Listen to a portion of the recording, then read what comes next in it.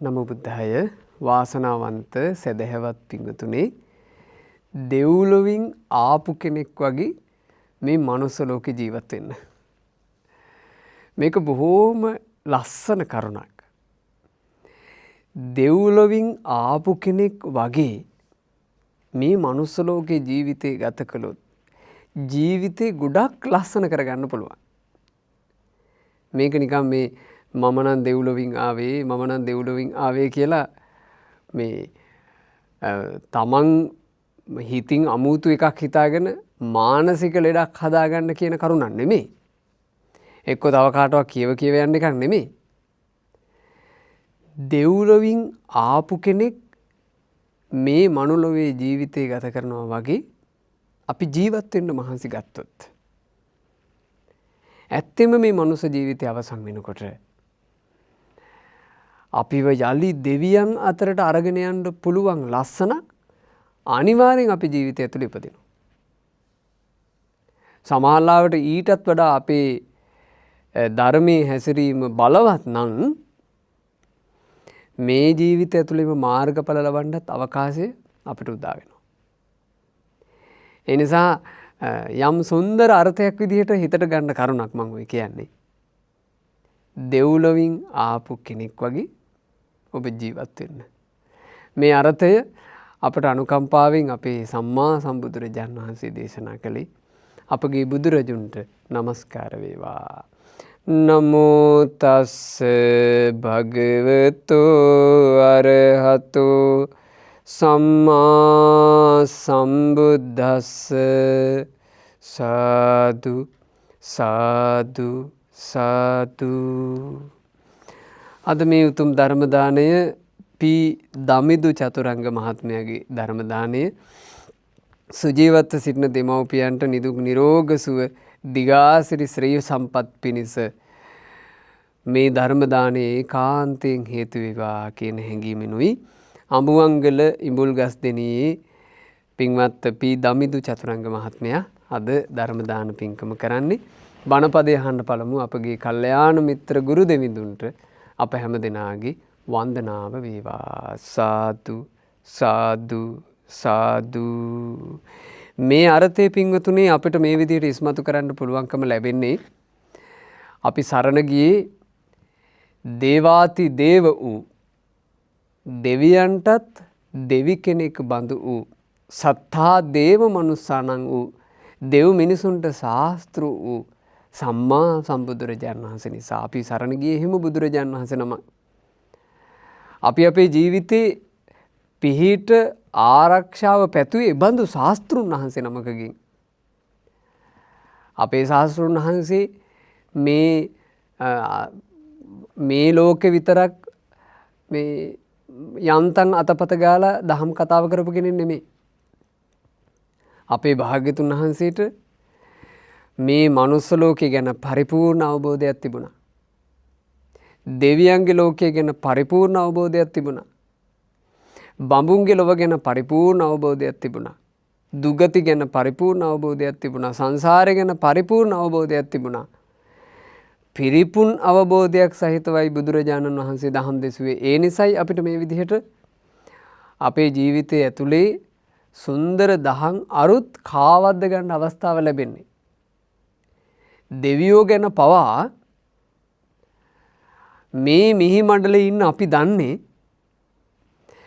අපගේ ශාස්ත්‍රඥ වහන්සේ නිසා. නතස්ස අදිට්ඨ මිදත්ති කංචි. අපගේ සම්බුදුරජාණෝ මේ ලොවේ නොදුටු කිසිවක් නැත්තේමය. න අවිඥානම ජානිතබ්බං. අප සම්බුදුරජාණෝ මේ ලොවේ අවබෝධ නොකළ කිසිවක්ද නැත්තේය. සබ්බං අභිඤ්ඤාසී අදත්තඤ්ඤයං. ලෝ තතු ඒ අයුරින්ම අවබෝධ කළ නිසා තථාගතෝ තේන සමන්ත චක්කු. තථාගත බුදුරජුන්ට සියල්ල දකිනා ඇස කියා කියන්නේය. සමන්ත චක්කු.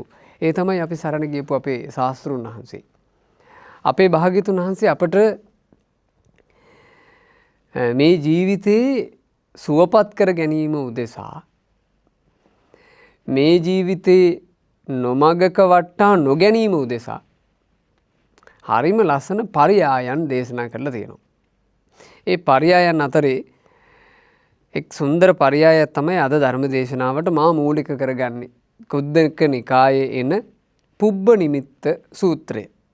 පුබ්බ නිමිත්ත කියලා කිව්වේ පෙර නිමිත්ත. මේ කවර පෙර නිමිත්තක්ද? එදා ශාස්ත්‍රුන් වහන්සේ වට කරගෙන දහන් අසන්ට වාඩි වෙලා හිටපු භික්ෂුන්ට බුදුරජාණන් වහන්සේ මෙහෙම වදාලා.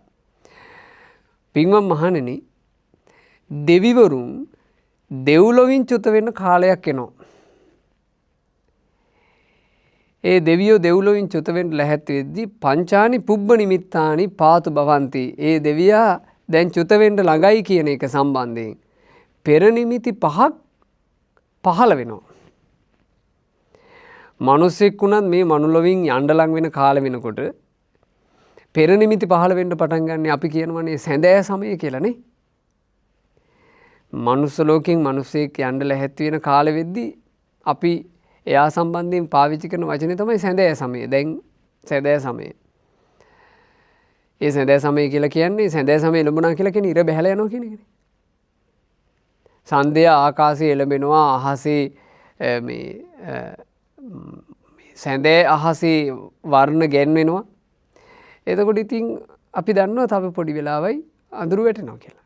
ওই වගේමනේ මේ මනුස්සගේ ජීවිතේ වුණත් අධියරෙන් අධියරේ පහුවෙලා ගිහිල්ලා සැඳෑ සමයට ආවා කියලා කියන්නේ. ඊළඟට ඉතින් ඒ ජීවිතේ බැස යනවමනේ නේ. දැන් මනුස්ස ජීවිතේට නම් සමහරවිට එහෙම මහා පෙර නිමිත්තක් එන්න කලින් එකපාර අන්තරස්දාන වෙලා යන්න පුළුවන් නේ. මනුස්සයන්ට එහෙම ජීවිතේ අහිමි වීම සම්බන්ධයෙන් කාලවකවානු නැහැනේ. අනිමිත්ත මනඤ්ඤාතං මච්ඡානං ඉද ජීවිතං. මේ මනුස්සගේ ජීවිතේට මරණය අතවැනීම සම්බන්ධයෙන් පෙර නිමිති නැහැ. කොයි මොහොතකද කියන්න බෑ. හැබැයි දෙවියන්ගේ ලෝකීට වෙනස්. දෙවිවරු දිව්‍ය ආයුෂේ භුක්ති විඳලා දෙවියන් අතරින් චුත වෙන්න ලං වෙනකොට පෙර නිමිති 5ක් පහළ වෙනවා. මාලා මිලා යන්ති. ඒ දෙවියා ඒ වෙනකන් පැලඳගෙන හිටපු දිව්‍ය මල් මාලා පර වෙන්න පටන් ගන්නවා. වත්තානි කිලිසන්ති. දෙවියා ඇඳගෙන ඉන්න දිව්‍ය වස්ත්‍ර ඒ වෙනකන් ලස්සනට පැහැයට තිබ්බට චුත වෙන්න ලං වෙනකොට අර වස්ත්‍ර කිලිටි වෙන්න පටන් ගන්නවා. කච්චේහි සේදා මුච්ඡanti. තමන් පැලඳගෙන ඉන්න දිව්‍ය මල් මාලා පර වෙලා වස්ත්‍ර කිලිටි වෙනකොට ඒ දෙවියට තේරෙනවා මට අය වැඩිකල් මේ දෙව් භවනේ ඉන්න නෑ කියලා. එතකොට ඒ ඇති වෙන සන්ත්‍රාසයට බිහිතියට මුළු දිව්‍ය ජීවිත කාලෙම දාඩිය බිඳක්වත් දාන්න නැතුව හිටපු ඒ දේවතාවට කිහිලි වලින් දාඩිය ගලන්න පටන් ගන්නවා. කායේ දුබ්බන්නියන් ඔක්කමන්ති. දෙවියගේ දිව්‍ය ශරීරේ දුර්වර්ණ වෙලා යනවා. සකේ දේවී දේවාසනේ නාභි රමති. ඒ දෙවියට ඒ වෙනකන් තිබිච්ච එකම දිව්‍ය සම්පත්තියක්වත් දැන් සතුට අරගෙන ඉන්නේ. ඒ දෙවියට විමානයෙන් සතුට උපදින්නේ. පිරිවරෙන් සතුට උපදින්නේ. ප්‍රිය විප්‍රයෝග දුක්ඛයෙන් හිත පිච්චෙන්න පටන් ගන්නවා. ඔන්න ඔය තමයි දෙවි කෙනෙක් දෙව්ලොවෙන් චුත වෙන්න පෙර මේ දෙවිය දැන් චුත වෙන්න ළඟයි කියලා පහළ වෙන්න පෙර නිමිති, పూర్ව නිමිති. මේ පුබ්බ නිමිත්ත සූත්‍ර අටුවාවේ කියනවා මේ නිමිති පහළ වෙන්නේ මනුස්ස ලෝකෙන් දින 7ක් තියෙද්දි. මනුස්ස ආයුෂින් සද්දිනකට පෙර දෙවි කෙනෙකුට අර පෙර නිමිති ටික පහළ වෙන්නේ. ඒ පෙර නිමිති පහළ වුණාට පස්සේ කියන්නේ බොහොම පොඩි දවසයි දිව්‍ය ජීවිතෙත් එක්ක ගන්නකොට පොඩි දවසයි පොඩි මොහොතයි ඒ දෙවියා චුත වෙනවා. එහෙම දෙවි කෙනෙක් චුත වෙනකොට ඒ දෙවියාව අනෙක් දෙවිවරු අඳුන ගන්නවා. මේ දිව්‍ය පුත්‍රයා දෙව්ලොවින් චුත වෙන ස්වභාවයට දැන් ඇවිල්ලා ඉන්නේ. එහෙම දැනගෙන ඒ දෙවියව වට කරගෙන හිතවත් දේවතාවෝ මේ මෙහෙම අවවාද කරනවලු. ඒකට කියන්නේ ආස්වාසනවා කියලා. ආස්වාසනවා කියලා කියන්නේ මොකද්ද? හිත හදනවා. අර පීඩාවට පත් වෙලා තියෙන හිත හදනවා. මෙහෙම කියනවා. ඊතෝ බොහෝ සුගතින් ගච්ඡ. පින්වත භවත ඔබ දැන් මෙහින් චුත වෙලා ඔබ බය වෙන්න එපා. ඔබ සුගතිය හිට පිටව ගන්න. ඔබ සුගතියට යන්න. සුගතින් ගන්නවා සුලද්ධ ලාභං ලබ. ඒ සුගතියට ගියාට පස්සේ එහි තියෙන උතුම් ලැබීම ඔබ ලබන්න. සුලද්ධ ලාභං ලබිත්වා සුප්පතිට්ඨිතෝ භව. ඒ දුර්ලභ ලාභේ ලබාගෙන ඔබ ඒකේ පිහිටන්ට. ඔන්න දෙවියන්ගෙන් ලැබෙන අවවාද තුන. ඔබ මෙහෙන් චුත වෙලා සුගතියට යන්න. සුගතිය ගිහින් දුර්ලභ ලාභේ ලබන්න. ඒ දුර්ලභ ලාභේ හොඳට පිහිටන්ට. දැන් මේ කතාව බුදුරජාණන් වහන්සේගේ මුවින් නිකුත් වෙද්දී එතන බණ අහගෙන හිටපු භික්ෂුවකට ආව ප්‍රශ්නයක්. සමහරවිට මේ දහම් කතාව මුලින්ම අහන කෙනෙක් ඉන්නවනම් එයාට උනත් ඒ ප්‍රශ්නේ එන්න පුළුවන් මේ දෙවියොත් මොකද්ද අපේ ඒ කියපු සුගතිය? ආන්න එතකොට තමයි එතන හිටපු භික්ෂුන් වහන්සේ නමක් ওই ප්‍රශ්නේ ඇහුවේ. ස්වාමීනි දෙවිවරුන් සුගතියට පැමිණීම කියලා කිව්වේ මොකක්ද? භාග්‍යතුන් වහන්සේ වදාලා මනුස්සත්තංකෝ භික්ඛු දේවානං සුගති ගමන සංඛාතං. පින්වත් භික්ෂුව මිනිසත් බව ලැබීම තමයි දෙවියන්ගේ සුගතියට පැමිණීම කියලා කියන්නේ. ඒ දෙවියෝ දෙව්ලොවින් චුත වෙන්න ලැහැත් වෙන දේවතාවට සුගතියට යන්න කියලා කිව්වේ. එහෙම නැත්නම් සුගතිය හිත පිහිටව ගන්න කියලා කිව්වේ කොහෙට එන්න කියන එකද? මේ මනුස්ස ලෝකෙට එන්න කියන එකයි. ඒ කියන්නේ පින්වතුනි දෙවියන්ගේ ලෝකෙටත් වඩා මේ අතිශයින්ම අසිරිමත් පිහිට සහිත මේ ලෝකයක්ද මේක? නෑ නෑ නෑ. දෙව්ලොවේ ඉන්න තියෙන දේවතාවට දෙව්ලොවේ වාසය කිරීම පිණිස තිබිච්ච පින දැන් ඉවරයි. ඒකනේ චුත වෙන්නේ. ඒ චුත වෙන්න ලං වෙද්දී අනෙක් දෙවිවරු ඊළඟට බේරුමක් තියෙන අන්තිම තැන තමයි ඔය පෙන්වන්නේ. මේ මනුස්ස ජීවිතය කියලා කියන්නේ බේරුමක් තියෙන අන්තිම තැන. මේක සුගති තලයේ පහළම තියෙන තැන. අපි මේ ඉපදෙලා ඉන්නේ එතන. මේ කරුණ මුල් කරගෙන තමයි මං අද ධර්ම දේශනාවට මාතෘකාව කිව්වේ. දෙව්ලොවින් ආපු කෙනෙක් වගේ ජීවත් වෙන්න.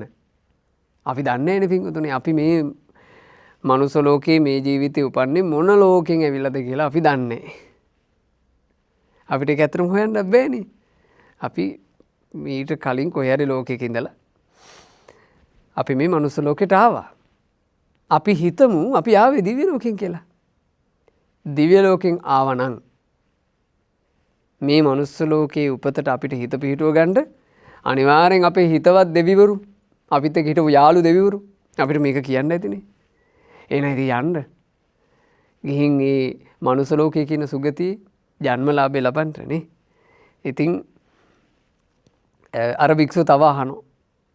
ස්වාමීනි ඒ දෙවිවරුන් උතුම් ලැබීම කියලා කියන්නේ මොකේද? භාග්‍යතුන් වහන්සේ වදාලා යං මනුස්ස බුහුතෝ සමානෝ තථාගත පවේදිතේ ධම්ම විනේ සද්ධං පටිලබති. මනුස්ස ජීවිතයට ආපු කෙනෙක් තථාගතයන් වහන්සේ විසින් වදාළ ධර්මයේ ගැන ශ්‍රද්ධාව ඇති කරගත්තොත් ඉදංකෝ පන භික්කවේ දේවානං සුලද්දලාභ සංඛාතං. ආන්ගේ ශ්‍රද්ධාව ලැබීමට තමයි දෙවියෝ මනුලොවේ ලබන දුර්ලභ ලාභය කියලා කිව්වේ. මේ මනුලොවේ එක එක ලාභ තියෙන්න පුළුවන්. හැබැයි ඒ සියලු ලාභ දුර්ලභ උතුම් ලාභ නෙමෙයි. මේ මනුලොවට ආවට පස්සේ මිනිසුන්ට එක එකව ලැබෙනවා. හැබැයි කලාතුරකින් මිනිස්සු කොටසකට බුදුරජාණන් වහන්සේ ගැන බුදුරජුන් දේශනා කරපු ධර්මයේ ගැන ශ්‍රද්ධා ලාභය ලැබෙනවා.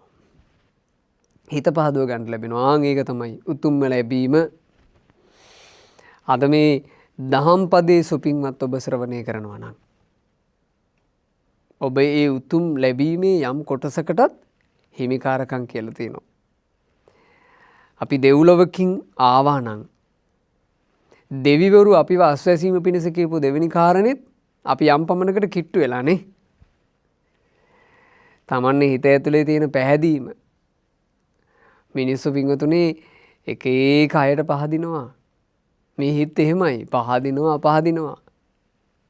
සමහර වෙලාවට මේ හරි හොඳ කෙනෙක් කියලා පැහැදිලා පස්සේ කාලෙක තමයි තේරෙන්නේ අපි මම පැහැදිලා ඉඳලා තියෙන්නේ 아무තු චරිතයකනේ. අපි සමහරට කීගේ යනවා මං හිතන් හිටියා හොඳ මිනිස්සෙක් කියලා මම විශ්වාසින් හිටියා. අන්තිමේ මගේ කණෙන් රිංගලා යනකම් මන් දන්නෙත් නැහැ. අපි එහෙම කියනවනේ. ඉතින් අපිට එහෙම වෙනවා. මේ ජීවිතය ආන් එහෙම එකක්. ඒ කියන්නේ අපිට සමාජලාවට මහා බොල් චරිතවලට හොඳයි කියලා අපි හිත පහදව ගන්නවා. ඒ නිසා මේ ලෝකයේ හැම පහදව ගැනීමම උතුම් නේ. හැබැයි බුදුරජාණන් වහන්සේ ගැන බුදුරජුන්ගේ ධර්මයේ ගැන හිත පහදව ගන්න තරම් මිනිස්සෙකුගේ හිතක් වාසනාවන්ත නම් ඒක තමයි උතුම්ම ලැබීම. ඒක හැමෝටම බෑ. ඒක හැමෝටම බෑ. එක එක ඒවා හරස් වෙනවා. සමහරට ආගම් හරස් වෙනවා. එක්ක තියෙන දැනුම හරස් වෙනවා. සමහරු මේ ඔය එක එක තාක්ෂණික දැනුම එක්කෝ මේ තියෙන විද්‍යා දැනුම ඌව මේව මුල් කරගත්තට පස්සේ ආයෙත් ඉවරයි. ඊට පස්සේ එහෙම නැත්තම් මොන හරි සමාජවාද මතයක් ආවොත් ඉවරයි. මේක ලේසි කෙනෙකුට කරගන්න බැරි එකක්. ශ්‍රද්ධාව කියන උතුම් ලැබීම ජීවිතයකට ගන්නවා කියන එක ලේසි කෙනෙකුට කරගන්න බෑ. ඔය ශ්‍රද්ධා ලාභයට භාග්‍යතුන් වහන්සේ කියපු වචනේ තමයි ලාභානුත්තරීය. ලැබීම් අතරේ අනුත්තරීය ලාභය. ඒක හැමෝටම ලබන්න බෑ. ඒක ලබන්න උත්සාහ කරන්න දෙව්ලොවින් ආපු කෙනෙක් වගේ ජීවත් වෙන්න. ශ්‍රද්ධාව ලබාගෙන ජීවත් වෙන්න. ශ්‍රද්ධාව වනස ගන්න එපා. දෙව්ලොවින් ආපු මේ යම්මේ කෙනෙක් දෙවියන්ගේ අවවාද ලබාගෙන ඇවිල්ලා ඒ අවවාද මතකන එයා කළ යුත්තේ ශ්‍රද්ධාලාභය රැක ගැනීමයි දියුණු කර ගැනීමයි. අර භික්ෂුව අහනවා තුන්වෙනි ප්‍රශ්නෙත් ස්වාමීනි ඒ දෙවිවරු කිව්වනේ ඒ උතුම් ලාභේ හොඳින් පිහිටන්න කියලා. ඒ මොකද්ද ස්වාමීනි? භාග්‍යතුන් වහන්සේ වදාලා සාකෝ 50 සද්ධා නිවිට්ඨා හෝති. භික්ෂුව ඒ ශ්‍රද්ධාව ඔහුගේ හිත තුළ පිහිටලා මූල ජාතා මුල් බැසගෙන පතිට්ඨිතා ස්ථාවර වෙලා තියෙනකොට දල්හා දැඩිව තියෙනකොට අසංහාරියා සමනේනවා බ්‍රාහ්මණේනවා දේවේනවා මාරේනවා බ්‍රහ්මුණාවා කේනචවා ලෝකස්මි. දෙවියන් මරුන් බඹුන් සහිත මේ ශ්‍රමණ බමුණන් සහිත මේ ලෝකේ කාටවත් එයාගේ ශ්‍රද්ධාව නැති කරලා දාන්න බැරි නම් ආන් ඕකට තමයි දෙවිවරු සුප්පතිට්ඨිත සංකාතං ඊතා හොඳින් පිහිටන්ට කියලා කිව්වේ. ඇත්තටම නම් මාර්ගඵල ලැබීම මේනේ. ශ්‍රද්ධාව දෙවියන් මරුන් බමුණු සහිත ලෝකේ කාටවත් ඉවත් කරන්න බැරි කාගේද? මාර්ගඵලලාභියාගෙනනේ. සෝවාන් වෙච්චි ගමන් පිහිටනවා. ආය කාටවත් වෙනස් කරන්න බෑ. ඉතින් මේ දිවි ගමන ඇතුලේ ශ්‍රද්ධාව බලවත්ව පිහිටන්ට නම් අපි මොකද්ද කළ යුත්තේ? අපි සෝවාන් වෙන්න නම් කියලා අහන්න නැතුව මම කියන්නේ. සෝවාන් වෙන්න නම් අපි මොකද්ද කළ යුත්තේ කියලා අහන්න නැතුව මම ඔබෙන් අහනවා. ශ්‍රද්ධාව බලවත්ව පිහිටන්න නම් අපි මොකද්ද කළ යුත්තේ? පින්වතුනි, තියෙන ශ්‍රද්ධාව ටික ටික දියුණු කරන්න. තියෙන ශ්‍රද්ධාව ටික ටික දියුණු කරගන්න උදව් කරන්නේ මොකද්ද? කල්යාණ මිත්‍රයාගේ ඇසුර. සත්පුරුෂ ඇසුර.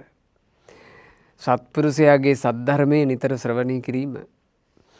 යෝනිසෝ මනසිකාරය එහෙම නැත්නම් සත්පුරුෂයා කියා දෙන සද්ධර්මයට අනුකූලව හිතීම. ධම්මානුධම්ම පටිපදා. ඒ හිතලා විතරක් සීමා නොවි ධර්මයේ කියලා දෙන පිළිවෙලට තමන්ව හසුරුවා ගැනීම. මේකට කියනවා ධම්මානුධම්ම පටිපatti. බලන්න මේ දෙව්ලොවින් එන දේවතාවෙකුට දෙවියන්ගෙන් ලැබෙන අවවාදේ නම් හරිම වටින එකක්. ඒක හරිම වටින එකක්. අදට වුණත් දෙව්ලොවින් චුත වෙන දේවතාවෝ මේ අවවාදේ ලබාගෙන තමයි ඉන්නේ. ඇත්තේ මොකද අදටත් මනුෂ්‍ය ජීවිතයකට එන කෙනෙකුට මේ අවස්ථාව තියෙනවා. අදටත් තියෙනවා. මේ අබුද්ධෝත්පාද කාලයක් නෙමෙයි. මේ බුදු කෙනෙකුගේ යුගයක්. මේ කල්යාණ මිත්‍රයන්ගේ යුගයක්. මේ සත්පුරුෂයන්ගේ යුගයක්. තාම ධර්මයේ පිරිසිදුව තියෙන යුගයක්. හැබැයි ධර්ම විකෘතිත් ගොඩාක් තියෙන යුගයක්. ධර්ම විකෘති ගොඩාක් තියෙන යුගයක්. ඒ කියන්නේ මේ මෙහෙම එකක් මේක. මම මේ කල්පනා කළා මේ කාලේ දැන් ධර්ම විකෘති කරන අය පැහැදිලිව ධර්මයේ කියන අයටත් ධර්ම විකෘතිකයෝ කියලා හඳුන්වන කාලයක් මේක. ආන් එහෙම එකක්. තේරුණාද ඒ කියපු දේ? ඒ කියන්නේ මේක හොයාගන්න අමාරු එකයි. පැහැදිලිව ධර්මයේ කියන පිරිසවත් හැබෑවටම ධර්මයේ විකෘති කරන මේ චරිත විසින් අර අසවල්ලු ධර්ම විකෘතිකයෝ අසවල්ලු ධර්ම විකෘතිකයෝ කියලා හඳුන්වන කාලය. ඉතින් මේකේ බේරෙන්න නම් ලොකු පිනක් ඕනේ. වෙන මේකේ විකල්පයක් නෑ. තමන් සංසාරේ කරගත්තේ වට අනුව තමයි ඉතින්. ඒ කියන්නේ තමන් යම් ධර්මදේශකයන් වහන්සේ නමකට පහදිනකොට අනේ මේ ස්වාමීන් වහන්සේගේ බණ නම් හරිය හොඳයි කියලා පහදිනකොට අපි ඇත්තටම පැහැදිලිව බුදුබණ කියන දේශකයන් වහන්සේ නමකට පැහැදුනොත් ඉතින් ඒක අපේ වාසනාවනේ.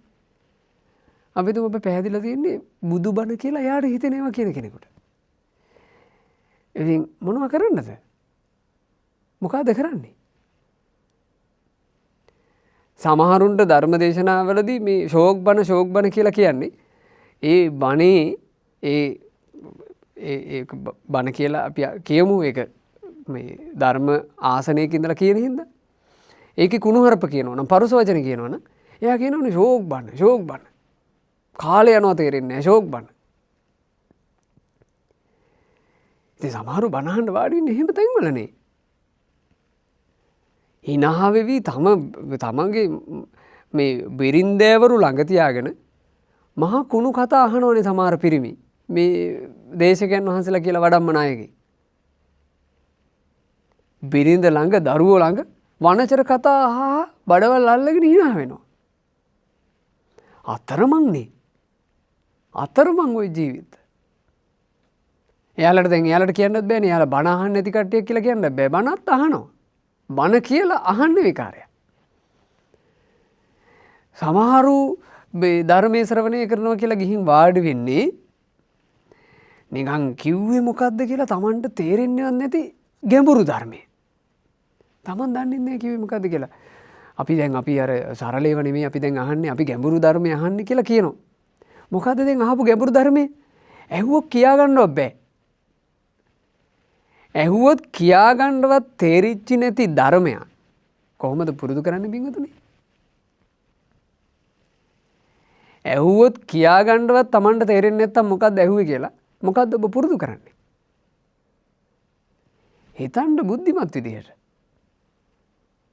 නිකන් අර එක එක්කෙනා කියන රැලි වලට ඔලු නම්ම ගන්න එපා. මොකද්ද පුරුදු කරන්නේ? අපිට ඇහුවොත් කියාගන්නවත් බැරි කරුණක් නම් අපි මොකද්ද පුරුදු කරන්නේ? අපි ආර්ය අෂ්ටාංගික මාර්ගය ගැන අහලා තියෙනවා. ඒ ඇසපු ආර්ය අෂ්ටාංගික මාර්ගය පුරුදු කරන්න ඕන කොටස අපිට පැහැදිලි. අපෙන් කවුරු හරි ඇහුවොත් එහෙම මොකද්ද සම්මා දිට්ඨිය? අපිට කියන්න පුළුවන් නේ.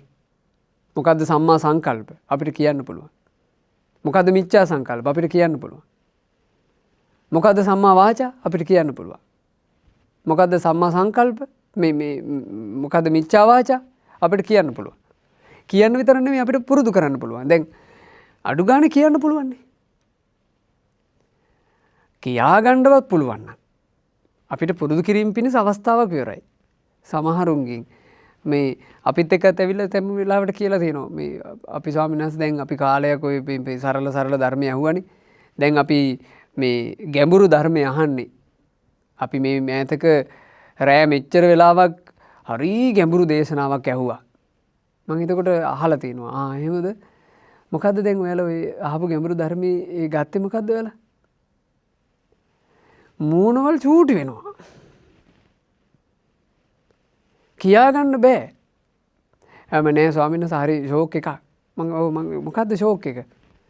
කියා ගන්න බෑ. හරීම දුක හිතෙනවා. මේ දේවල් මේ දහම් කතාව කරන වෙලාවේ අපි ඔබට කියලා දෙන්නේ පින්වතුන්ලා තේරුම් ගන්න. අපි ඉන්නේ බොහොම පුංචි කාලයක් පින්වතුනි මේ මනුස්ස ජීවිතේ. අපි අපේ මාන්නවල වැඩි දියුණු කරගෙන නැති වැඩක් නෑ මේකේ. අපි මේ ධර්මයේ හැසිරෙනවා කියලා කාටවත් රඟ දක්වලා ඇති වැඩක් නෑ මේකේ. අපි පුළුවන් තැනක ඉඳලා ටික අපේ ධර්ම මාර්ගේ වඩන්නයි ඕනේ. ඒ ධර්ම මාර්ගේ වඩනවා කියන එක මේ ලෝකෙට පේන්න කරන එකක් නෙමෙයි. ඒක තමුන්ගේ පෞද්ගලික වැඩ. ඒක තමන්ගේ පෞද්ගලික වැඩ. ඒ පෞද්ගලික කටයුත්ත අවංක හැඟීමකින් කරගත්තොත් අපි ජීවිතයේ සාර්ථකයිනේ. ඉතින් ඒකට නම් හරි කල්යාණ මිත්‍රයෙක් ලැබෙන්න ඉපේ. ඉතින් මේකේ ලොකු කොටසක් තියෙනවා පිනත් එක්ක. ලොකු කොටසක් තියෙනවා පිනත් එක්ක. නැත්තම් තථාගත සර්වඥයන් වහන්සේ දහම් දේශන කාලේ සැරියුත් මහ මොග්ගල්ලාන උතුමන් දහම් දේශනා කාලේ දේවදත්තගේ යන කොටහස දේවදත්තගේ ළඟට යන කොටහකුත් හිටියමනේ. හිටියා. බුදුරජාණන් වහන්සේගේ හඬ කුරවීක නාදයේ පරදවන්නේය කියලා මේ අපේ බණපොත්වල අටුවාවේ කියනවා. එච්චර හඬ මිහිරි. සැරියුත් මුනිදුන්ගේ හඬ සැලලිහිණි නාදයේ පරදවන්නේය කියලා මේ බණපොතේ තියෙනවා. එච්චර හඬ මිහිරි. බඳු මිහිරි හඬකින් දහම් දෙසන මහා මුනිවරු ඉන්න යුගයකත් දෙව්දල් ළඟට ගිහින් අපි බණහනවා කියලා උජාරුව කියවපු චරිත උන්නද නැද්ද? ඒ නිසා මේකේ තියෙනවා මේ හරි සත්පුරුෂ ඇසුරක් ලැබීම සම්බන්ධයෙන් වාසනාව කියලා එකක් අනිවාර්යෙන් තියෙනවා. මේ වාසනාව කියන එක ගොඩ නැගෙන්නේ පිනත් එක්ක. මේක ඉතින් පින. ඔන්න ඕක තමයි දෙවිවරු මූලිකව අර චුත වෙන්න ලැහැත්තින දේවතාවට කියන අවවාදේ. ඒ කියන්නේ අපි මේ මනුස්ස ලෝකේ ජන්ම ලැබුවේ දෙව්ලොවක ඉඳලා නම් ඔය කාරණා තුන අහගෙන තමයි අපි මෙහෙට ආවේ. හැබැයි ඔය කරුණු තුන අහගෙන දේවතාවෙක් මෙහෙට ආවට එයාට මෙහෙට එද්දී ඒවා මතක හිටින්නේ නැහැ.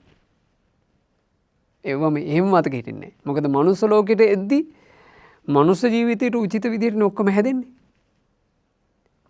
කලින් ජීවිතය සම්බන්ධයෙන් ලේසියෙන් මතකයක් මේ මනුලොවට එද්දී පිහිටන්නේ. බොහොම කලාතුරකින් වෙන එක. අර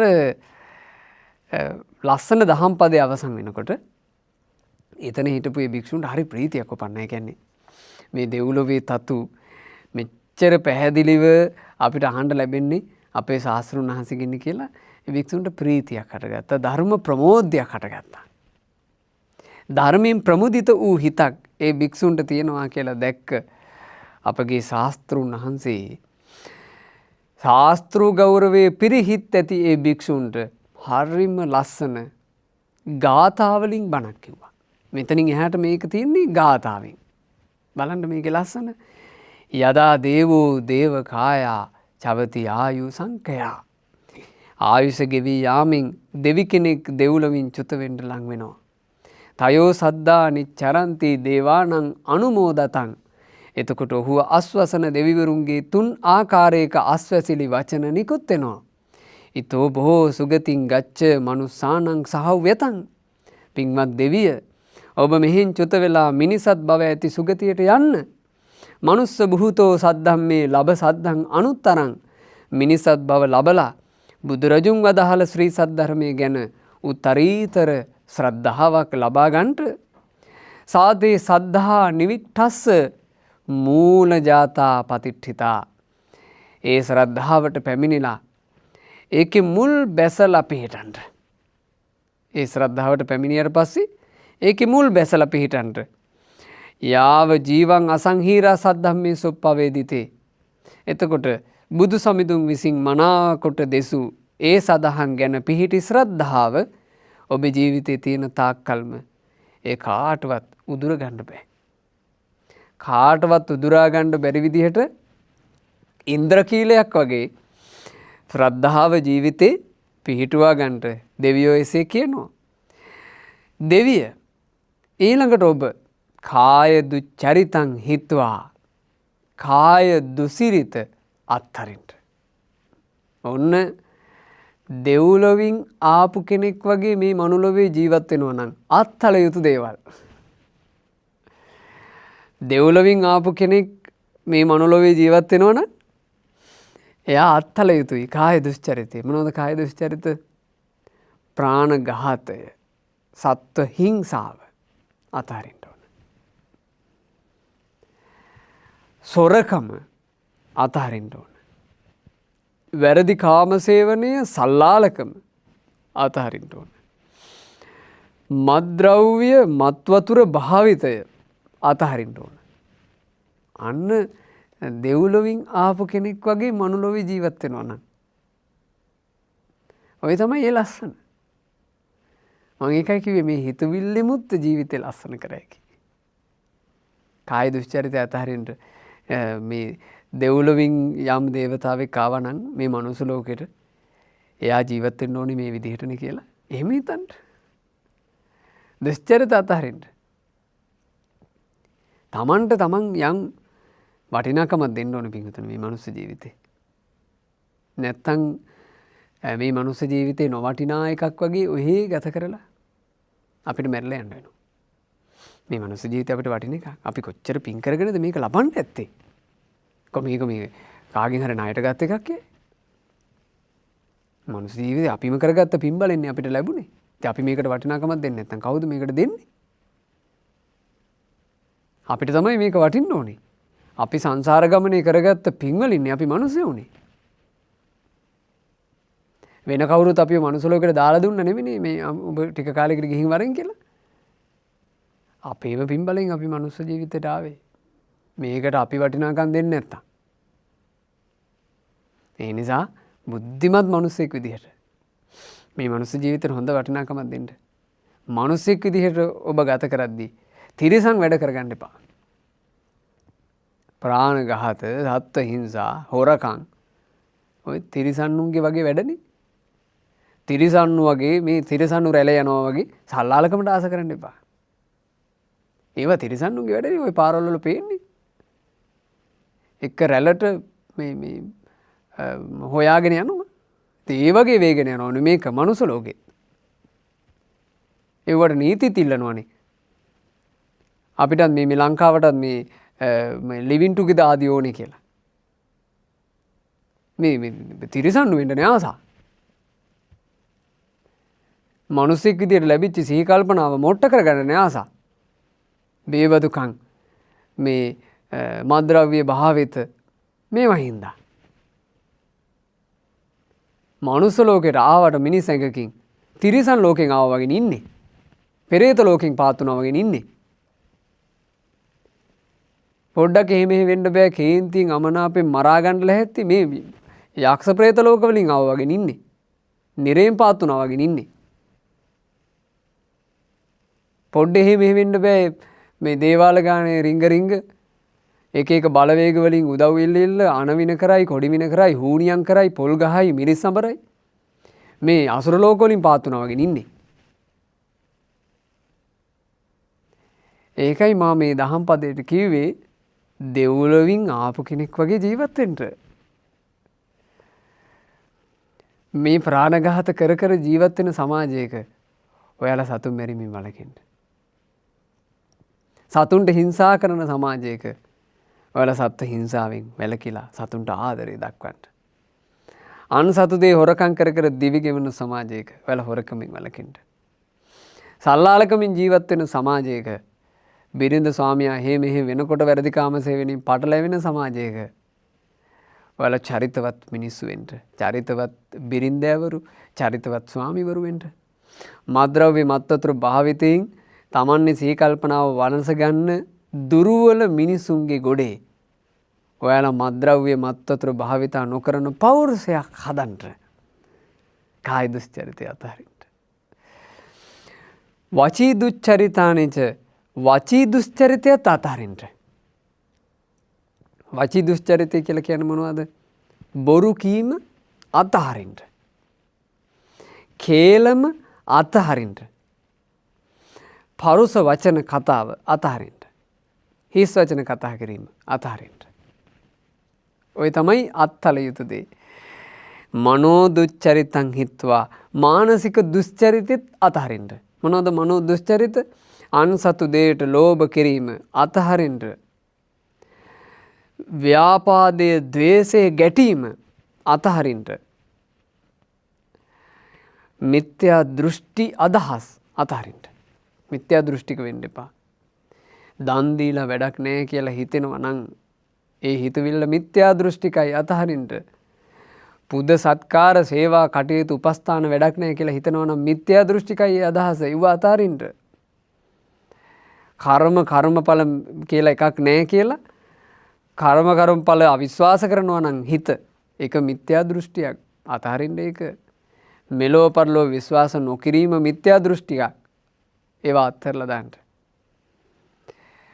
ඕපපාතික සත්වයෝ වන දෙවිවරු, බඹුන්, ප්‍රේතයෝ, නිරිසතුන් ආදී ඕපපාතික සත්ව ජීවිත පිළි නොගැනීම මිත්‍යා දෘෂ්ටියක්.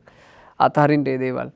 අම්මා තාත්තා දෙන්න තමන් බිහි කරපු පෝෂණය කරපු අම්මා තාත්තා දෙන්න දෙවි දේවතාවෝ බඳු විශේෂ ස්ත්‍රීන් පුරුෂයෝ කියලා පිළිගන්නේ නැත්නම් හිතක් ඒවා මිත්‍යා දෘෂ්ටි. අතහරින්න ඕවා ජීවිතෙන්. ওই දේවල් පින්වතුනි අත්තල යුතු දේවල්. ඒ දේවල් අපට හානි කරනවා. කොටින්ම සම්මා සම්බුදුවරු ලොවට පහළ වුණා කියලා පිළිගන්නේ නැත්නම් ඒකත් මිත්‍යා දෘෂ්ටියක්. අතහරින්න ඕන. යංචඤ්ඤං දෝෂ සංහිතං ඔය වෙනත් දොස් සහිත වූ අකුසල් සහගත දේවලුත් අතහරින්න. ඒ මොනවද වෙනත් දොස් සහිත වූ අකුසල් සහගත දේවල්? දැන් කයින් මවුට අත උස්සනවා නම්, පියාට අත උස්සනවා නම්, මව්පියන්ට ඇදකුද කරනවා නම්, ගුරුවරුන්ට ඇදකුද කරනවා නම්, සෑය බෝධියට ආදී පූජනීය තැන්වලට ඇදකුද කරනවා නම් ඔය කයින් වෙන දුෂ්චරිතයි.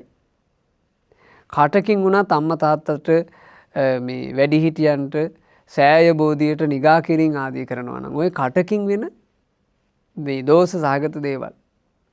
හිතුවිල්ලකින් වුණත් අම්මා තාත්තා ගැන මේ තෙරුවන් ගැන, සෑය බෝධිය ගැන, ගුරු භවතුන් ආදී වැඩිහිටියෝ ගැන යම් ලාමක හිතුවිලි හිතනවා නම් ඔව්වා අකුසල් සහගත දේවල්. ඒ අකුසල් සහගත දේවල් අඳුනගෙන ඒවා බැහැර කරලා දාන්න හොඳට මේ ජීවිතය ඇතුලේ අර කසඩ දේවල් අපි බැහැර කරලා දැමිය යුතුයි. මොනවද කළ යුත්තේ? කායේන කුසලං කତ୍වා කයිනුත් ගොඩාක් කුසල් කරගන්න සතුන්ට ආරක්ෂාව සලසන කෙනෙක් වෙන්න, සතුන්ගේ ජීවිතේ රකින්න කෙනෙක් වෙන්න ඒක කුසලයක්. සතුන්ට හිංසා නොකරන අවිහිංසා සහගත කෙනෙක් වෙන්න, කරුණාවන්ත චරිතයක් වෙන්න ඒක කුසලයක්. අනුන්ගේ දේ රකින්න කෙනෙක් වෙන්න, අන්සතු දේ හොරකම් කිරීමෙන් වැළකීලා අනිත් කෙනෙකුට බැරි වෙලා තිබ්බ දෙයක් පවා ආරක්ෂා කරන කෙනෙක් වෙන්න ඒක කුසලයක්. තම බිරිඳ ස්වාමි පුරුෂයාගේ විශ්වාසය රකින්න සිය බිරිඳගෙන් සෑහෙන මිනිසෙක් වෙන්න, සිය ස්වාමියාගෙන් සෑහෙන බිරිඳක් වෙන්න ඒක කුසලයක්. මත් ද්‍රව්‍ය, මත් වතුර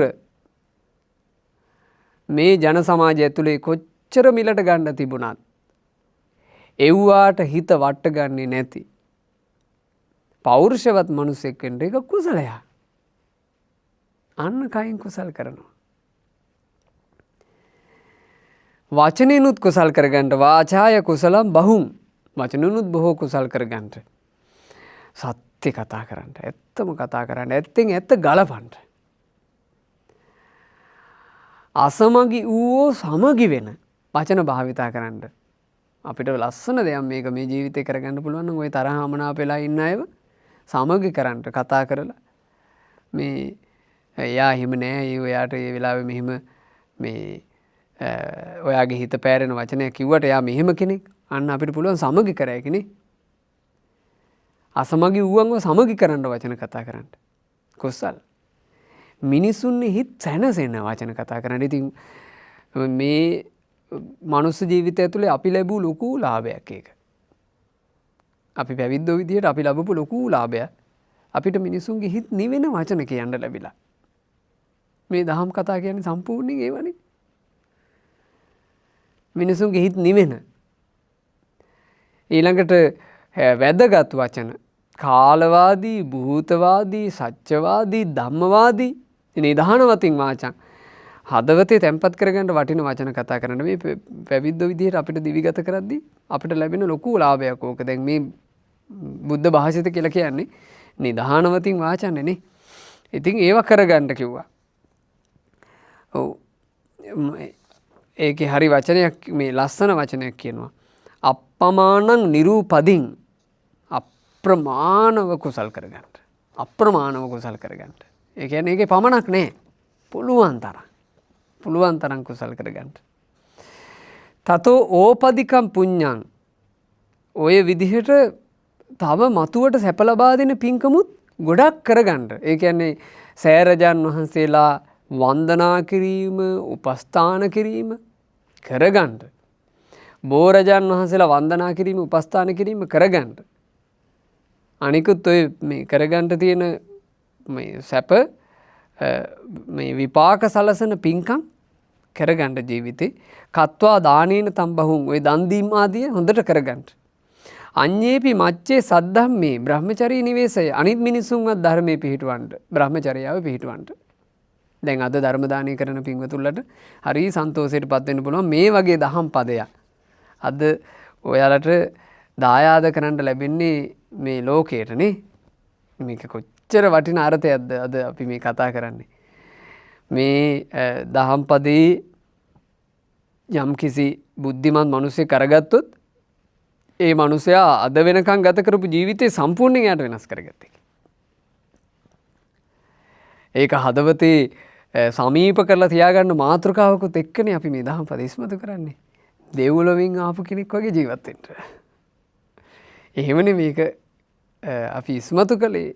ඒ කරුණ ඉස්මතු කරන්න මම කල්පනා කළේ මිනිසෙකුට කියා දීපු උතුම් අර්ථයක් වුණත් යම් සාරාංශ මාතෘකාවකින් ඔලුවට ගන්න පුළුවන් නම් ඒක ලේසි මතක රඳව ගන්න. ඒ උදෙසයි මේ කතාව.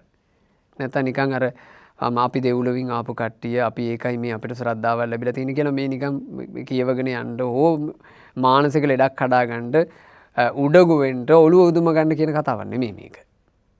මේක මම හිතනවා ඔබට තේරෙනවා මේ ඇයි මේ විදිහේ කරුණක් අපි සිහි කරන්නේ කියලා. මේ භාග්‍යතුන් වහන්සේ අපිට මුළුමනින්ම දෙව්ලොවින් ආපු කෙනෙකුට දෙවියෝ මොන වගේ අවවාදයක් දීලා දෙව්වේ කියන එක අපිට ගෙන හැර දැක්වුවානේ. අනික් මිනිසයන්වත් ධර්මයේ පිළිපදවන්න කිව්වා. ඒකට හොඳම ක්‍රමය තමයි ධර්ම දානය. මේ ශ්‍රද්ධා රූපවාහිනියත් එක්ක ඔයාලට ගොඩාක් ධර්ම දාන කරන්න පුළුවන්. දැන් මේ මැදිරිවල කරන දේශනාවලට දායකත්ව දරනවා සදහැවතුල කොටසක්. ඊළඟට මම දැකලා තියෙනවා හරි වටින එකක් තරුණ පුතාලා. එහෙම මං ආසම ගොඩාක් ඒකට තරුණ ඔය යොවුන් සංවිධානවල ළමයි ඇතැම් වෙලාවට ධර්ම මංගල්‍ය කරනවා. ඒවාට වැඩම කරාට පස්සේ අපිටත් සන්තෝෂයක් උපදිනවා. මොකද තරුණ කොල්ලෝ ඔය නිකන් මේ තේරුමක් නැති කතා වලින් රස්තියාදු වෙන වයස්වල කොල්ලෝ ගමේ පිරිස වෙනුවෙන් මහා ධර්ම මංගල්‍යයක් කරලා සරසලා මණ්ඩප ගහලා සවුන්ඩ් ගෙනල්ලා එන පිරිසට දන්සල් දීගෙන ඒ පින්වතුන්ලා මහා ඔය ධර්ම මංගල්‍ය කරනවා ඒ තරුණ වයස්වලම. සාමාන්‍ය ඔය වගේ එකකට යොමු වුණාම හරි වටිනවා. ඒ කියන්නේ දැන් අපි හිතමු යම් ගමක තරුණ සංවිධානයක ළමයි ටික ධර්ම දේශනාවක් කියමු ලැහැත්ති කරලා කරොත් එහෙම ඒ කොල්ලෝ ටිකට නොමග යන්න පරිසරය පවා වැහෙනවා. ඒ දැන් ලැජ්ජයි ඊට පස්සේ. ගමට හාමුදුරුවෝ වඩම්මලා මේ මහා ධර්ම දේශනා කරපු ළමයි එයාලා නොමග යන්න ලැජ්ජායි. හරි නෑනේ ජීවිතේට. පුදුම රැකවරණයක්.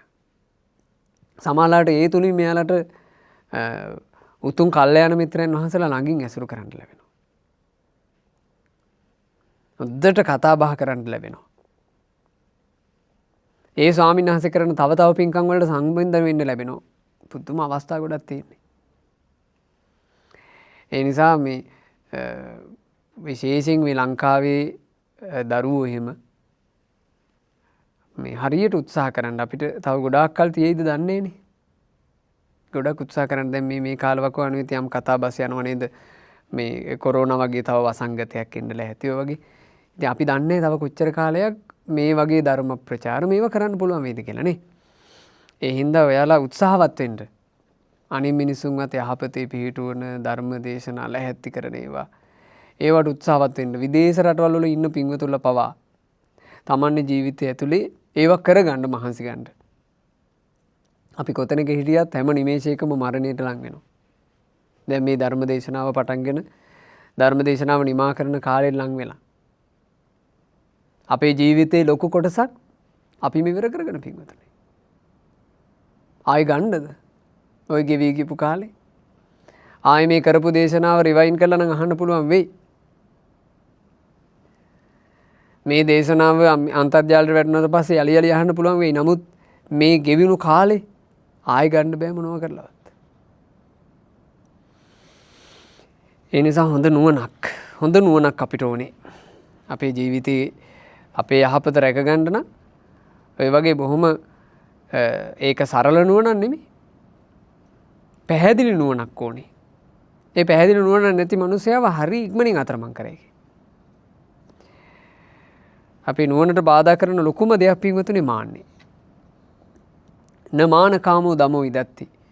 මේ බුද්ධ ශාසනය ඇතුලේ මාන්නේ කැමති කෙනෙකුට නම් දමණය වීමක් නැහැ. ඒ මාන්නේ කැමති කෙනාට මාන්නේ තමයි ඉහෙට ගහන්නේ. එයාට අය දමණය වීම කතන්දර නැහැ.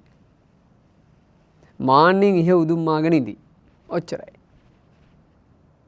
ඒ නිසා අපි මේක හොඳට හිතට අරගෙන මේ ජීවිතය ඇතුලේ ඔයාලට පුළුවන් හැම පැත්තකින්ම පින්කම් කරගන්න, ධර්ම දාන කරන්න පුළුවන් අය ධර්ම දාන කරගන්න, ගමට දේශකයන් වහන්සේලා වැඩම කරවලා ධර්ම මංගල්‍ය කරන්න පුළුවන් කට්ටිය ධර්ම මංගල්‍ය කරන්න. ඉතින් ඒවා තම තමන්ට පුළුවන් මට්ටමේ ඒවා කරගන්න. ඉමායානුකම්පාය දේවා දේවං යදා විදු. මේ විදිහට දෙවිවරුන් යම් වෙලාවක චුත වෙන දෙවි කෙනෙක්ව දකිනවා නම් ඔය වචන කියන්නේ අනුකම්පාවෙන්මයි. චවනතං අනුමෝදන්ති ඒහි දේව පුනප්පුනං. ඒ වගේ මේ දෙවියගේ හිතේ දුකේ නැති කරන අදහසින් අර දෙවිවරු අන්තිමේට මේ මෙහෙම කියලා සතුටු කරවනවලු. දෙවිය ඔබ ආයෙම මෙහෙ එන්න. දැන් අර දෙවිවරු මෙයා යන්නේ කියනවා. දැන් අපි හිතමු අපි යම් නෑදෑ ගෙදරක ගිහිල්ලා ආපහු එනවා. අපි හිතමු දවස් 3-4ක් සතියක් විතර ඉඳලා අපි එන්නේ කියලා. අර හිතවත්කමත් එක්ක ඒ ඇතිවෙච්ච ලෙන්ගතුකම් එක්ක ඉඳලා සමහරට එනකොට නිකන් ඇස් වලට කඳුළු පවා එනව නේද? සමහරවිට නෑදෑ ගෙවල වලින් එද්දි එනකොට සමහරට නෑයෝ කියන්නේ නැද්ද? ආයේ නිවඩුවක හම්බවම නෑම එන්න කියලා කියන්නේ. ආන්ගේ වගේ ආදරණීය වචනයක් මේක. ඒහි දේව පුනප්පුණ. දෙවිය ඔබ ආයෙමත් මෙහෙන්ට. හැබැයි දෙවි කෙනෙක් අපිට එහෙම කියලා එව්වත් අපි හිතමු අපි මනුස්ස ලෝකෙට ආවේ දෙව්ලොවින් කියලා. දෙවිවරු අපිට වට කරගෙන කිව්වා කියලා හිතමු 100ක් හමාරක් ලක්ෂයක්. දෙවිය ආපහු එයා මෙහෙන්න කියලා. දැන් මෙහි ඇවිල්ලා ඒ චරිතේ පව් කරනවා. මේ ඇවිල්ලා මෙහි තියෙන ඔය සල්ලාලකම් වලට එහෙම අහුවෙලා ඔය මේ අපි හිතමු මේ තව කාලයක් යනකොට මේ ලංකාව වගේ රටකත් මේ ඔය ලිවින් ටුගෙදර් වගේ ඒවා නීති සම්මත කළොත්, සල්ලාලකම් නීති සම්මත කළොත්, සමලිංගික ඒවා නීති සම්මත කළොත්, ඊළඟට මේ ලංකාව වගේ රටකත් ඇබෝෂන් වගේ දේවල් නීති සම්මත කළොත් එහෙම ඕන් දෙව්ලොවින් ආපු දෙවියෙක් එව්වට අහු වෙනවා. එව්ව ශෝක්නේ කියලා. මේ අවුරුදු 60 70 80ට සල්ලාලකම්, වනචරකම්, මනුස්ස ඝාතන ඔක්කොම කරගෙන ආයෙත් දෙව්ලොව යන්නද? එහෙ එන්න කිව්වට යන්නද? දෙව්ලොවට යන මාවත වනස ගත්තොත් කොහේ යන්නද මින්වතුනි? ඒ නිසා හොඳට අපි තේරුම් අරගන්න ඕන අපි මේ මනුස්ස ජීවිතේට ඇවිල්ලා පින්බලයකින් ආපු මේ මනුස්ස ජීවිතේ මේක ඇතුළෙම වනසා ගන්න අවාසනාවන්තයෝ නොවිය යුතුයි. මේ මනුලොව ජීවිතය අවසන් වෙනකොට මනුලොවට වැඩි තරම් වූ ආරක්ෂාවක් හදාගෙනම මේ ලෝකෙන් අපි සමුගත යුතුයි. මනුලොවට වැඩි තරම් වූ ආරක්ෂාවක් හදාගන්න ඕන අපි. ඒකට ඒ ආරක්ෂාව වෙනුවෙන් අපිට වර්ණනා කරන්න තියෙන්නේ දෙව්ලොව තමයි. ඒක తాවකාලික පිළිසරණක් නිසා. ඒක තේරුම් ගන්නත් හොඳ බුද්ධි මට්ටමක් තියෙන්න ඕන. මේ බුද්ධි මට්ටම නැති මිනිසයා මේ නිකන් උඩඟකමෙන් ඔළුව උදුම්මගෙන දොඩවනවා. එහෙම ගිහි පැවිද්දෝ දොඩවන හැටි අපි දැකලා තියෙනවා. ඉතින් මොනවා කරන්නද? ඒක තේරුම් ගන්න මට්ටමක මේ මානසික බුද්ධිමත්කමක් එයාට නැත්තම් බුද්ධිහීන මිනිසයා වෙනුවෙන් කරන්න දෙයක් නැහැ නේ පින්වතුනි. ඒ කියන්නේ දැන් මෙහෙම තේරුම් ගන්නකො S2 පෑදීම උදෙසා උවමනා කරන සටහන්වත් නැතිව යම් කිසි කෙනෙක් ජන්මලාභය ලබලා තියෙනවා නම් අපිට බෑනේ පින්වතුනි එයාගේ ඇස් උපද්දන්න. එයාට කොහොමද පෙනීම ලබා දෙන්නේ? නැහැනේ විකල්පයක්. එයාට අඩු ගානේ යම් කිසි ඇසක් බද්ධ කිරීම රෝමනා කරන කොටස් ටික හරි ජන්මයෙන් ලැබිලා තියෙන්න එපෑනේ. එහෙම නැත්නම් අපි මොකද කරන්නේ? සමහරුන්ට එහෙම ඒ වගේ නුවණැස පාද ගන්න උවමනා කරන සටහනක් නැහැ. ඉතින් කොහොමද කරන්නේ? ඒ නිසා අපි බුද්ධිමත් වෙමු. අපිට මේ ලැබුණේ පුංචි මනුස්ස ජීවිතය. මේ ලැබුණු මනුස්ස ජීවිතේ සාර්ථක මිනිසෙක් විදිහට මේ ලෝකයට සමුදෙන්න පුළුවන් ආකාරයෙන් ඔබ ගත කරන්න. ඒ උදෙසා මම මේ අද කියපු අදහස ඔබට උදව් කරයි. දෙව්ලොවින් ආපු කෙනෙක් වගේ ජීවත් වෙන්න. ඒ අර්ථය හොඳට හිතට කාවද්දගෙන මේ ගත කරන පුංචි මනුස්ස ජීවිතය ඇතුලේ බොහෝ පින් කුසල් රැස් කරගෙන ගුණවන්ත පින්වන්ත ජීවිතයක් උපදව ගන්න ඔබ කාටත් වාසනාව ලැබේවා. ගෞතම බුදුරජුන්ගේ සසුනේ චතුරාර්ය සත්‍ය අවබෝධයෙන් පිහිට සලස ගන්නටත් වාසනාව ලැබෙත්වා. සාදු සාදු සාදු. අද මේ උතුම් ධර්ම දාන පින්කමින් රැස් කර ගන්නට යෙදුණු උතුම් වූ පුණ්‍ය ධර්මයන් අද විශේෂයෙන් අග්‍ර වූ ධර්ම දාන පින්කම කළේ ඊටාම සුන්දර පුණ්‍ය චේතනාවක් මුල් කරගෙන පී දුමිදු චතුරංග ඒ පුතා සුජීවත්ව සිටින දෙමව්පියන්ට ආශිර්වාද පිණිසයි ධර්ම දානය කළේ. ඉතින් මේ තමන්ගේ ජීවිතය ඇතුලේ කරගන්න මහා පින්කම. දෙදෙව් ලෝකාධිපති සක්දෙවිඳු බවට පත්වෙච්චි මගමානවක දෙවියන්නේ අතරේ උපදින්න පෙර අඛණ්ඩව ජීවිත කාලේ පුරුදු කරපු එකක්. යාව ජීවන් මමගේ ජීවිතේ තියෙනකන් මාතා පෙත්ති බරු අසුන් අම්මා තාත්තා දෙන්නාට උපස්ථාන කරමි.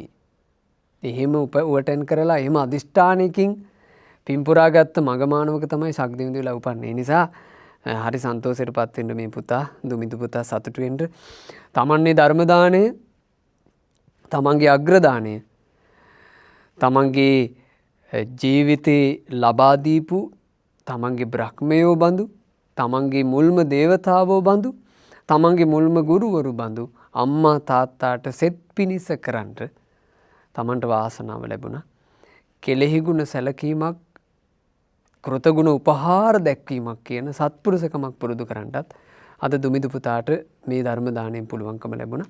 ඉතින් රැස්වුණු පින අපි බොහෝම සන්තෝෂයෙන් අනුමෝදන් කරනවා දෙවියන්ට. සක්දෙවිඳුන්, සතරවරන් දෙවිවරු, සෙන්පති දෙවිවරු ප්‍රධාන සදෙව්ලෝක වාසී දෙවියෝ සාදරයෙන් පින් අනුමෝදන් වෙත්වා. ඒ පින් අනුමෝදනා වන සියලු දෙවිවරු, ඉන්ද්‍ර සෝම වරුණ දෙව් රජවරු, ප්‍රමුඛ සෙන්පති දෙවිවරු, පින්වත් දුමිදු පුතා ඇතුළු පින්වත් හැම දෙනාගේ ඉෂ්ඨකාමී දෙවියෝ, ප්‍රදේශවාසී සියලු දෙවි දේවතාවෝද ඇතුළු කොට සියලු දෙවියෝ පින් අනුමෝදන්ව දෙව් සැපයෙන් වැඩේවා, දිව්‍ය ආශ්චර්යයෙන් වැඩේවා. දුමිදු පුතා ජීවිතේ ගත කරන අඹුවන්ගල, ඉඹුල්ගස්දෙණිය ආදී ප්‍රදේශවලට ආශිර්වාද සලසන දෙවි දේවතාවෝද පින් අනුමෝදන් වෙත්වා. සියලු දෙවියෝ දෙව් සැපයෙන් වැඩෙත්වා. අප හැම දෙනෙක්ව ආරක්ෂා කරත්වා. සාදු සාදු සාදු. තමන්ගේ ආදරණීය අම්මා තාත්තා වෙනුවෙන්, මව්පියෝ වෙනුවෙන් ධර්ම දාන පින්කම කරපු පී දුමිදු චතුරංග ඒ මහත්මයාට, ඒ පුතුට, සුජීවත්ව සිටින ඒ මහත්මයාගේ ආදරණීය අම්මට තාත්තට බුද්ධ රත්නේ, ධර්ම රත්නේ, සංඝ රත්නේ ආශිර්වාදය, රැස් කරපු ධර්ම දාන පින්කමේ ආශිර්වාදය, රුවන්වැලි මහා සෑරජුන්ගේ, අඟුලිමාල සෑරජුන්ගේ, ජයශ්‍රී මහා බෝරජුන්ගේ, සිරි දළදා වහන්සේගේ, ශ්‍රී පාද පද්ම වහන්සේගේ ආශිර්වාදය, සියලු සෑබෝධීන් වහන්සේලාගේ, ධාතුන් වහන්සේලාගේ ආශිර්වාදය, දෙව් රැකවරණය නොඅඩුව ලැබී නිදුක් නිරෝගී සුව සම්පන්නියම සැලසේවා. කායික මානසික සහනයම සැලසේවා. දිගාසිරි සැලසේවා. ඊතා සුවසේ පින් කුසල් කරගෙන ගෞතම සාසනයේ ධර්මාවබෝධයෙන් සැනසෙන්න ඒ ආදරණීය දෙමව්පියන්ටත් අපි දුමිදු චතුරංග මහත්මයාටත් වාසනාව භාග්‍ය ලැබේවා කියලා අපි සෙත් පතනවා, ආශිර්වාද කරනවා. රැස් කර ගන්නට යෙදුණු මේ උතුම් පින අපි අනුමෝදනා කරමු අපගේ ගුරු දේවෝත්තම පින්වත් ලොකු ස්වාමීන් වහන්සේට. ඒ වගේම දුමිදු මහත්මයා බලාපොරොත්තු වෙනවා ධර්ම දේශනාව කරපු අපටත් සෙත් පතන්ට. ඒ වගේම අපේ කල්යාණ මිත්‍ර වැලිමඩ සද්ධාසීල ස්වාමීන් වහන්සේට මේ සියලු පින් අනුමෝදන් වෙත්වා. ඇය ඇතුළු කොට මහමෙවුනා වාසී රටලෝ වාසී පින්වන්ත මහා සංඝරුවනට අනගාരികා මෑණිවරුන්ට පැවිදි අපේක්ෂාවෙන් සිටින දරුවන්ට ධර්මාවබෝධයටම වාසනාව ලැබේවා. සාදු සාදු සාදු. පින්වත් පී දුමිදු චතුරංග මහත්මයාගේ නමින් දෙමව්පියන්ගේ නමින් ඔබ අප කාගෙන් නමින් මියගිය සියලු ඥාතීන් මේ පින් බෙලෙන් පරලෝ සැපයම ලබත්වා. රැස් කරගන්ට යෙදුණු උතුම් පින් පී දුමිදු චතුරංග මහත්මිය ඇතුළු ඒ පවුලේ සියලු දෙනාටත් ශ්‍රද්ධා මාසික ධර්ම දාන සමාජික පින්වතුන්ටත් ශ්‍රද්ධාකාරී මණ්ඩලයේ සියලු දෙනාටත් නිරන්තරයෙන් දහම් පද අහන ඔබටත් කිසි වදුරක් කරදරයක් විපතක් නැතිව තමන්ගේ ජීවිත සැනසෙල්ලේම ගත කරන්නට ලැබේවා. රැකිරක්ෂා වෙලෙහෙළදාම් ව්‍යාපාර ගොවිතැන්පත් ඒ ආදී දේවල් දරුවන්ගේ ඉගෙනීම් ඔය හැමදේම සාර්ථක වේවා. විශේෂයෙන් අද කියා දීපු උතුම් දහම් පදේ හදවතේ රුවාගෙන හරියට දෙව්ලොවින් ආපු කෙනෙක් දෙව්ලොවින් ආවා කියලා මතක ඇතුව ජීවිතය ගත කරනවා වගේ ඔබට බොහෝ පින් කුසල් කරගන්න ලැබේවා. යහපතේ හැසිරෙන්න ලැබේවා. ධර්මයේ හැසිරෙන්න ලැබේවා. ධර්මාවබෝධයෙන් සැනසෙන්න ඔබට වාසනාව ලැබේවා. තෙරුවන් සරණයි. නමෝ බුද්ධාය.